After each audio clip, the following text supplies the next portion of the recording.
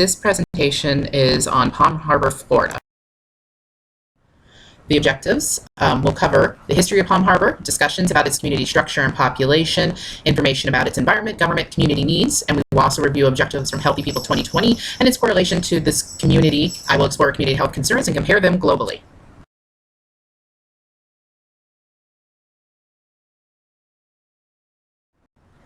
History of Palm Harbor is that it was settled in 1860 by J.C. Carver, who came here for health-related concerns. It was initially included what is now known as Ozona in its boundaries. Since its inception, there have been several name changes for the city, starting with St. Joseph's Bay, Yellow Bluff, and Sutherland before settling on Palm Harbor in 1925. It was once home to Southern College, which has been converted into a school from the historic San Marino Hotel, but a fire destroyed the structure in 1921. Palm Harbor has evolved from a farming community to a college town, and now it's a residential locale with a focus on business as its core means of income, with the exception to Innisbrook Resort and Golf Club, which hosts a PGA Tour every year. Travel and hospitality are not the main focus of the city. Palm Harbor lies along the Gulf Coast of Mexico, and its land area in square miles, according to the 2010 census, was 17.38. Cities located in the immediate vicinity include Tarpon Springs, Ozona, Crystal Beach, Clearwater, Oldsmar, and Safety Harbor. Major cities located nearby include Tampa Bay and St. Pete. The main roads through Palm Harbor include US Highway 19, Alternate Highway 19, and McMullen-Booth East Lake Road.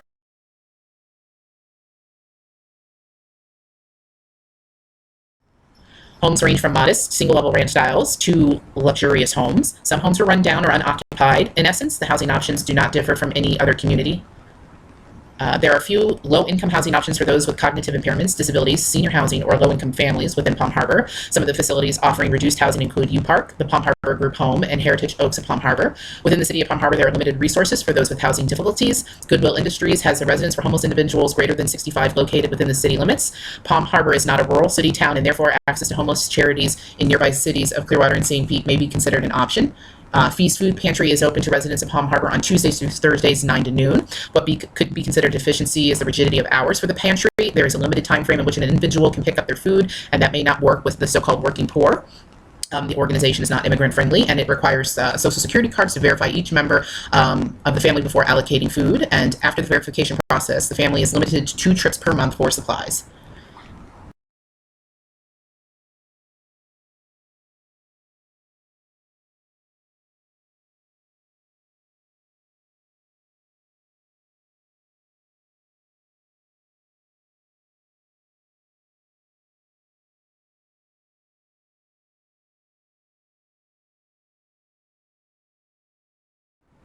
Like I said earlier, major roads in Palm Harbor include US 19, Alternate 19, and McMullen-Booth Road. At this time, there is minimal road construction occurring in any of these main roadways. The roads are in decent condition with minimal potholes. Traffic varies depending on the time of day. In newer neighborhoods, it was observed to have freshly paved roads, whereas older neighborhoods had potholes and were generally run-down roads. The Pinellas Suncoast Transit Authority has stops within the city limits. In addition, the Jolly Trolley, a shuttle that provides service to and from hotspots and up and down the Pinellas coast, is available within the city. The PSTA provides transportation convenient to shopping centers and other points of interest. Fare varies. Regular fare is $2 per trip. However, if you travel frequently on the bus system, you can buy the Passport for $85, which is unlimited access for a month. The Daily Unlimited card provides unlimited rides for 1 day. It only costs $4.50. There are special rates available for seniors, children, adult students, and those with lower income may be able to get a reduction in cost. Residents also have access to other methods of transportation, such as taxi or limo services, and there are 2 international airports located within 20 miles of Palm Harbor: St. Pete Clearwater International and Tampa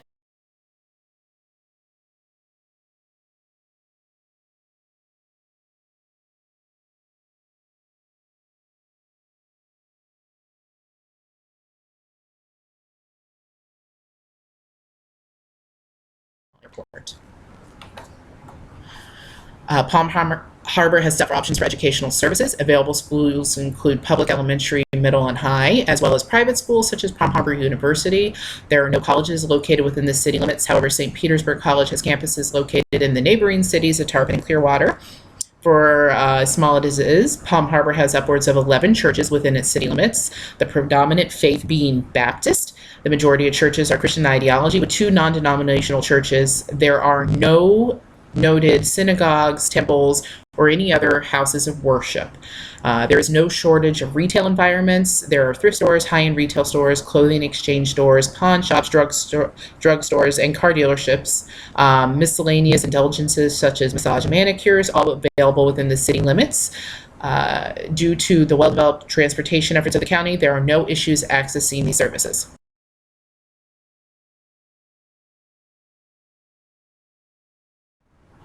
There are no shortage of activities for residents. One of the more interesting attractions is Suncoast Primate Sanctuary, a nonprofit organization which is open to the public Thursday through Sunday for a small fee. Other entertainment options include public parks, movie theaters, and shopping establishments. One of the only instances observed that directly acknowledges the existence of other cultures within this city is the Crossroads Baptist Church. They offer ESL classes with citizenship classes and immigration form filing assistance. While this provides assistance to those from other countries, it is more about assimilation into the homogenistic composition of the city. The only instance of cultural influence within the community was the Cretan Cultural Center. The center was founded in 1992 and currently has 75 members. The center allows those of Cretan heritage to socialize with others within their culture. Palm Harbor is severely lacking in their cultural expansion.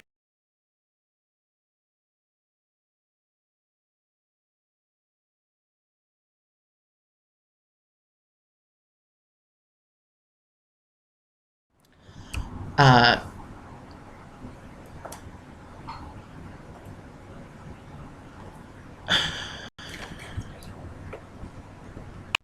Data collected from the United States Census Bureau shows that 62.5% of the population in Palm Harbor is 40 and older. Of those, 49 are age 60 and older, and the prime age for utilizing retirement services. 93.5% of the population is Caucasian. The next largest ethnicity located within the city is Hispanic or Latino at 5.9%. One problem noted within the city is the lack of diversity.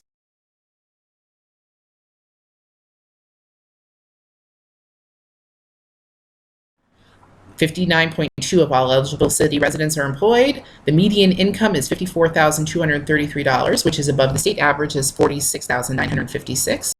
Palm Harbor is above average in regards to education. 33% of its residents have an associate or higher degree, compared to the state average of 25.8. 11.1 have a master's or higher education. Despite this, 20.6% of the population lives below poverty level, which is still less than the state average of 26.6. 6.7% of the residents are receiving public assistance such as SNAP or other income supplementation. Overall, Palm Harbor fares better than most in the state.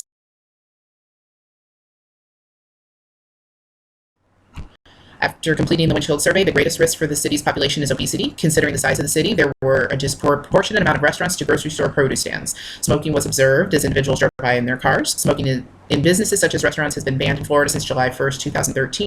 However, individuals still have the right to purchase and smoke cigarettes in their cars and homes.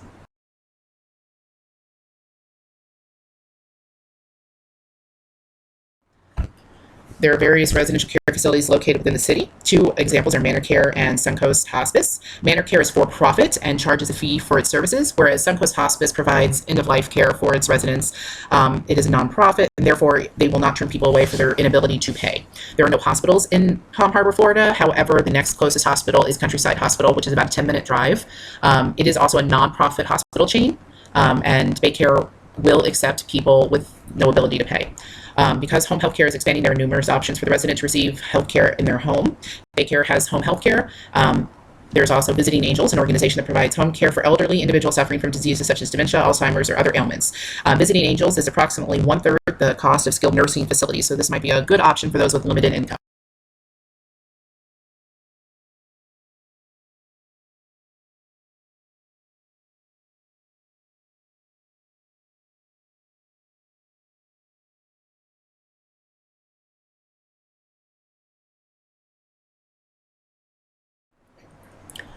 Healthy People 2020, Educational and Community-Based Problems. I chose number 11, establishing appropriate and linguistic competent community health promotion programs, because Palm Harbor does not have its own health department and there is limited services available to those from a different culture. Having medical facilities which are culturally accessible and have translation available might promote more frequent primary care. Number 2.8, increasing the proportion of elementary, middle, and senior high schools that provide comprehensive school health education to prevent problems and unhealthy dietary patterns. Because obesity is not an issue, because obesity is not only an issue in Palm Harbor, but also a national problem, increased primary and secondary education about healthier dietary options will instill overall long-lasting lifestyle modifications. And increasing the number of community-based organizations is 10.9 that provide population services for physical activity, which will increase. Since there is a limited availability in Palm Harbor about obesity education, this will hopefully promote physical activity.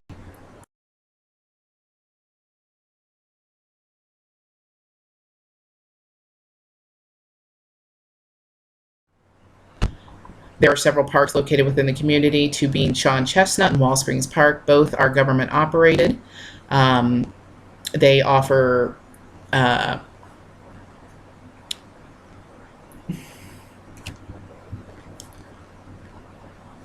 Parks provide leisure and exercise for residents of Palm Harbor. Because the city is unincorporated, there is no police force specifically set aside for Palm Harbor, and so they utilize Pinellas County Sheriff's Office. The response time for the Pinellas County Sheriff's Office is actually the best in the Bay Area, 3 minutes and 43 seconds. Because they are unincorporated, they only have one fire EMS locale in Palm Harbor. They utilize the government fire and EMS service.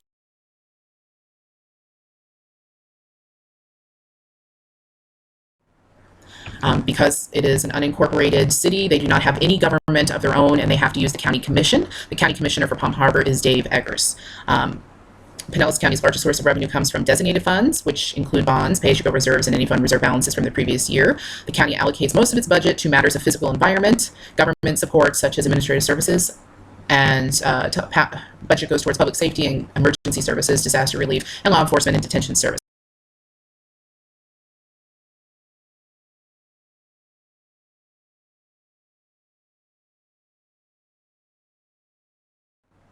The 6 major concerns that I chose from a community nurse's perspective was obesity, smoking, aging populace, lack of social services, poverty, and human trafficking. The only one that I haven't really talked about on this slide is human trafficking, and that is an issue within the Bay Area. Human trafficking has come into play quite frequently, and as recently as 2012, somebody was arrested in Palm Harbor for human trafficking. Obesity is the greatest risk to the community of Palm Harbor and is a growing risk to the world. The incidence of worldwide obesity has doubled since 1980. The World Health Organization has developed an action plan for prevention of non-communicable diseases, which includes obesity. Their plan is to reduce global obesity through physical activity, proper nutrition, and education. As it stands, Palm Harbor has no initiative in place to combat the obesity epidemic. With the exception of several gyms located within the city limits and the availability of bike paths and parks, there are no outlets for residents to exercise. The community health nurse could assist with implementation of a Healthy Persons Project modeled after the WHO's idea to promote physical activity and proper nutrition and education. The community nurse could provide presentations at local libraries, schools, and community centers regarding proper nutrition activities. This could be modeled after the British district nurses who advocate for the use of armchair yoga for those with limited mobility. Seawold states that fighting obesity is a collaborative effort, and therefore public nurses should advocate legislation and encourage a primary care push towards obesity education.